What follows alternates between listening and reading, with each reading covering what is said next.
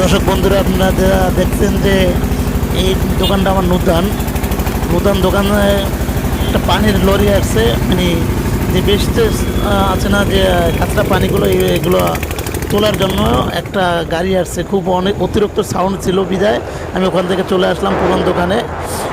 মোটামুটি বৃষ্টির সময় তো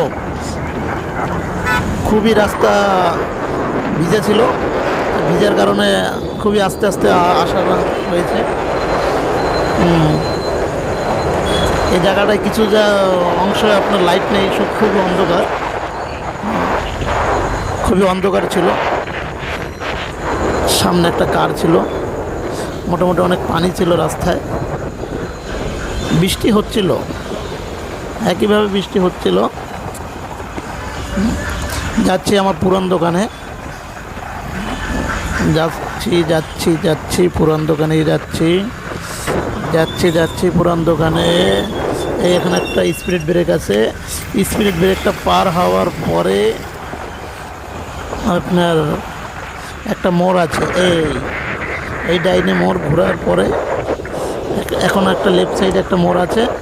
লেফট সাইডে মোড়টা ঘুরেই আমার দোকান। এখানে একটা মার্কেট আছে, মার্কেটের পাশেই আমার দোকান। এই স্পিড ব্রেকের পরেই আমার দোকান। আমি অলরেডি দোকানে এসে গেছি, গাড়িটা এখন স্ট্যান্ড করলাম, এখানেই আমার দোকান। গাড়িটা স্ট্যান্ড করার পরে ভিতরে ঢুকলাম, ভিতরে ঢুকে দেখি একটা কাস্টমার, এখানে আর একটা কাস্টমারকে পাকোড়া দিচ্ছে। আর ভিতরে দেখি আবদুল্লাহ দেখি মুরগি জবাই করবে। সে মনে করছে কিসের যেন একটা ভিডিও করি, সেখানে আমার দিকে তাকাচ্ছে আর হাঁটছে। তা যাই হোক, আমি আরও ক্যামেরাটা ঘুরিয়ে নিলাম, আবু বকরে দেখলাম। আবু বকর আমার বড় ভাই ছিল, বড় ভাইকে দেখালাম আপনাদেরকে। ইতির মধ্যে দেখছি আবদুল্লাহ মুরগি জবাই করছে।